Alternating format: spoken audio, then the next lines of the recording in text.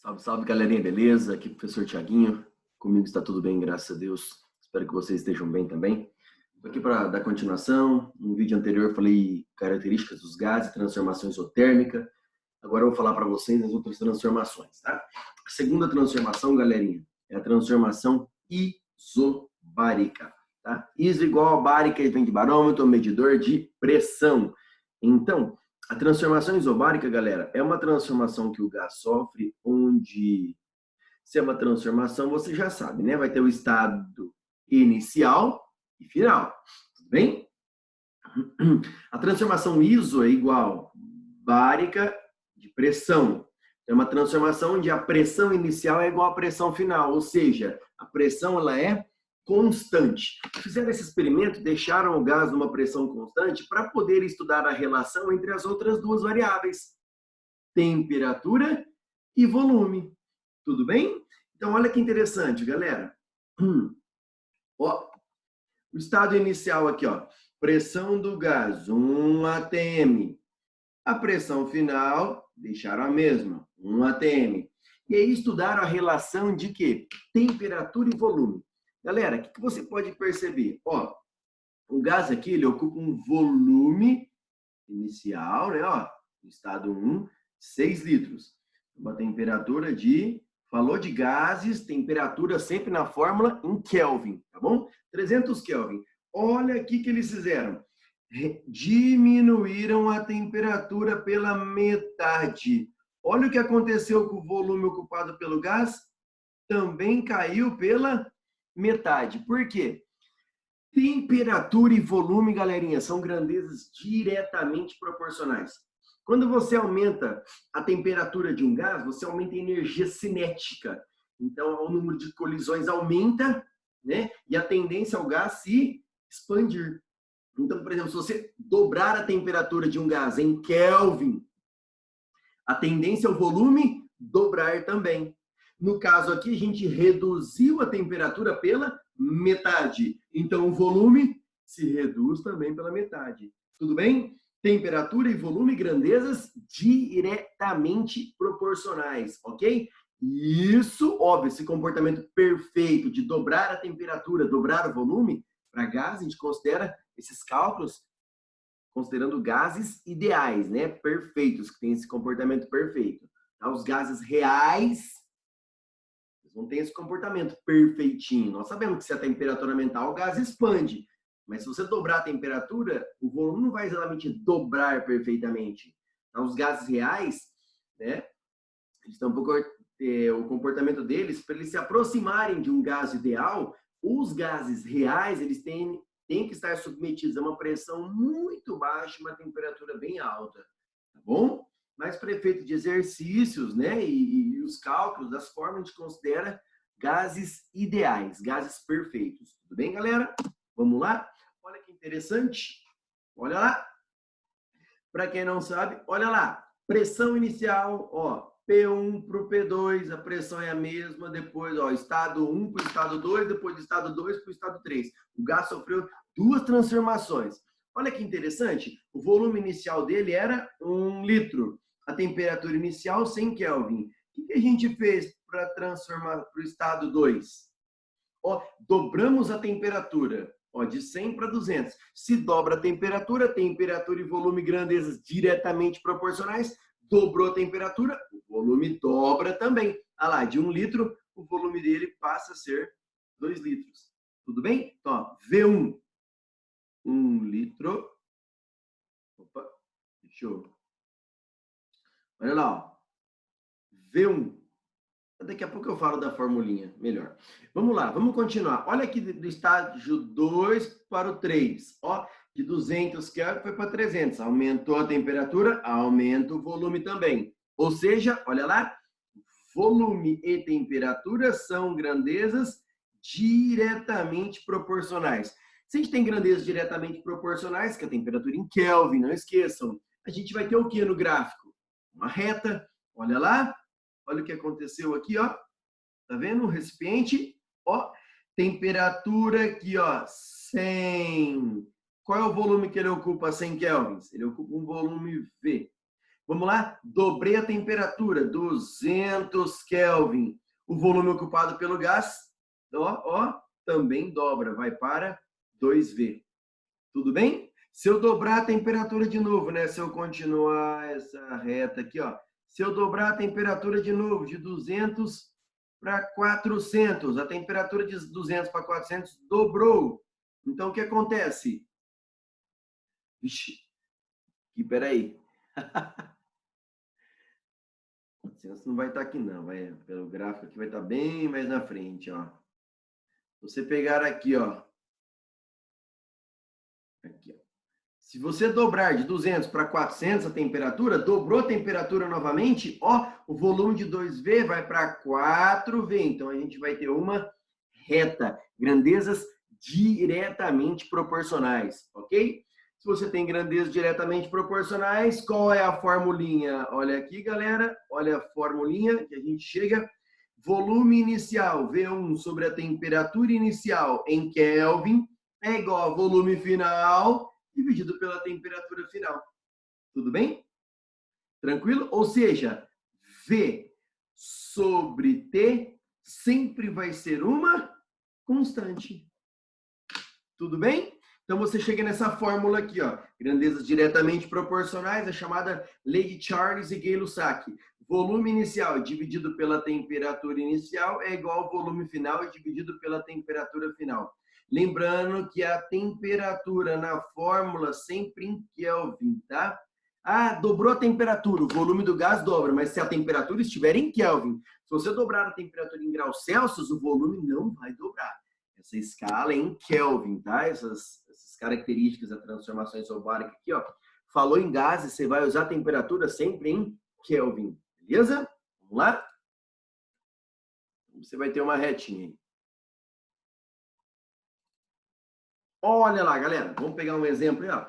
Durante o inverno do Alasca, quando a temperatura é de, ó, menos 23 graus Celsius, um esquimó enche um balão até que seu volume seja de 30 litros. Tá aí. Quando chega o verão, a temperatura chega a 27 graus Celsius, ou seja, o estado final. Qual o inteiro mais próximo que representa o volume do balão no verão, supondo que o balão não perdeu gás e que a pressão dentro e fora do balão não muda e que o gás é ideal? Bom, se a pressão é a mesma, né? Ó, supondo que a pressão dentro e fora do balão não muda, ou seja, a pressão ela é constante. Então vamos anotar os dados. Ó, opa. Então vamos lá. Temperatura inicial. Olha lá. Vamos anotar então. Temperatura inicial menos 23 graus Celsius. Cuidado, falou temperatura, tem que estar em Kelvin. Como que a gente faz? Soma 273. Não esqueçam desse lance aqui. Tudo bem?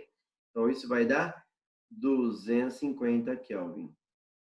Bom, o volume inicial que o gás ocupa, 30 litros. Beleza. E lá no verão, a temperatura final, né? No verão, a temperatura do gás é 27 graus Celsius. Opa, está em graus Celsius? Soma 273. Temperatura final, 300 Kelvin. E o volume final que esse gás ocupa?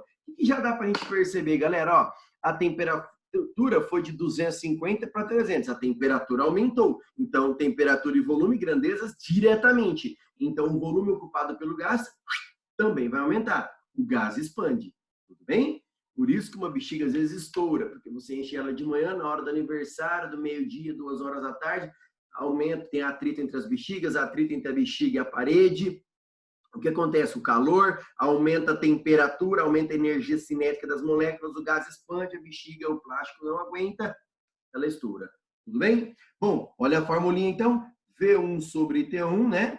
Volume inicial dividido pela temperatura inicial é igual a volume final dividido pela temperatura final. Vamos lá? Volume inicial, tá aí, galerinha, ó. Vamos substituir os valores agora. Volume inicial, vou até voltar aqui, ó. Volume inicial, 30 litros. Temperatura inicial, 250. É igual. Volume final, nós vamos descobrir. Temperatura final, 300 Kelvin.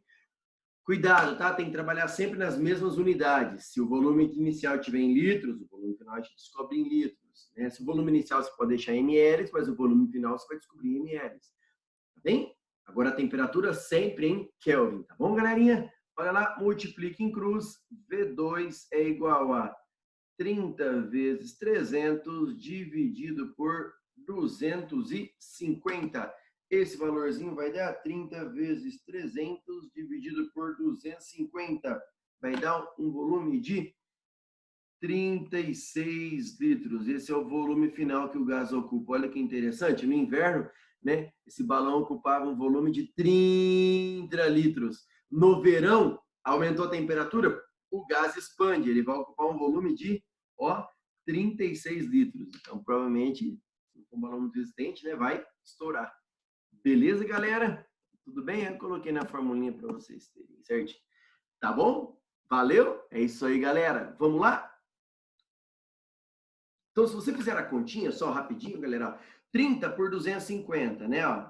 30 por 250 vai ser igual a 36, que é o volume que a gente descobriu, por 300. Ou seja, é uma constante. Por isso que a gente diz que V, volume, por temperatura, sempre é uma constante. Tudo bem, galera? Vamos lá, então?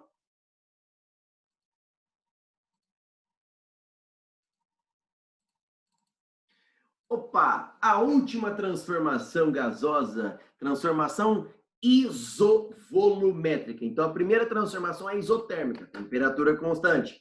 Segunda é isobárica, pressão constante. Qual é a última variável? Volume. Então, é uma transformação isovolumétrica. Iso igual volumétrica de volume. Então, é uma transformação que o gás vai sofrer, galera, onde o volume vai ser constante, ou seja, paredes rígidas, ok? Paredes de... geralmente usam cilindros de aço, cilindros de paredes rígidas, que não tem alteração de volume. Tudo bem? Por que fizeram essa transformação? Para poder estudar se o volume vai ser constante, para poder estudar a relação de quem? Temperatura e quê? Pressão. Beleza? Galera, ela é chamada também de isométrica ou isocórica, tá? Então vamos lá, olha que interessante, ó, tá vendo o volume do recipiente, ó, o estado inicial, olha o tamanho desse recipiente, ó, o volume do gás é o mesmo, antes e depois, ó, 6 litros, volume final 6 litros. Então vamos estudar a relação de pressão com temperatura, ó.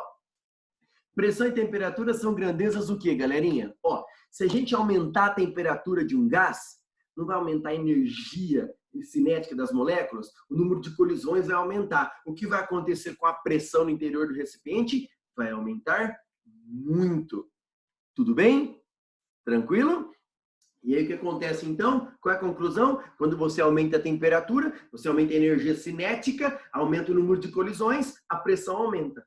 Ou seja, temperatura e pressão, grandezas diretamente proporcionais. Quanto maior a temperatura, maior é a pressão exercida pelo gás. Tudo bem? É simples, você pegar um pneu, calibra ele, vê a pressão dele antes da viagem, vai estar uma certa pressão. Quando você chegar lá em São Paulo, fez uma viagem longa, olha lá, o atrito do pneu com o solo, ele esquenta, a temperatura aumenta, a energia cinética das moléculas aumenta. Mede a pressão do pneu quando você chegar lá no local de destino. A pressão vai estar o quê? Maior. Tudo bem? Bom, e se você diminuir a temperatura de um gás? Diminuindo a temperatura, você diminui a energia cinética, o número de colisões diminui, a pressão diminui. Beleza, galera? Tudo bem? Então, vamos lá. Ó, qual é a conclusão que a gente tira? Que temperatura e pressão são grandezas diretamente proporcionais. Então, a gente vai ter o quê? Reta. Olha lá, temperatura inicial do gás, T. A pressão que ele exerce, 1 atm. Se eu dobrar a temperatura desse gás, ó, 2T, pode ter certeza, a pressão exercida pelo gás também vai dobrar. Se são grandezas diretamente proporcionais, qual é a formulinha, galera? Ó, Pressão inicial, ó, P1 sobre T1 é igual a P2 sobre T2. Tudo bem? Tranquilo? Ou seja, pressão sobre temperatura sempre vai ser uma constante. Essa é a chamada lei de Charles e Gay-Lussac também. Galera, olha que interessante. A pressão. Se você usar a pressão inicial em ATM, no final você vai descobrir em ATM. Se você usar a pressão inicial em mmHg, pode, afinal você vai descobrir em mmHg. O que você não pode é a pressão inicial em ATM, afinal em mmHg. Isso não pode. Então, por isso que a gente viu na aula, no primeiro vídeo, né, de gases, saber transformar. Né? Um ATM corresponde a 760 mmHg. Não esqueçam. Beleza?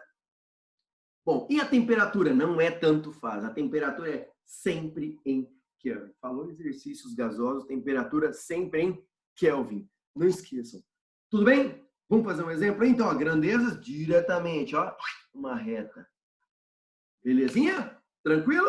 Vamos lá, então. Olha lá. Em um dia de inverno, a temperatura de 0 graus Celsius. Vamos lá.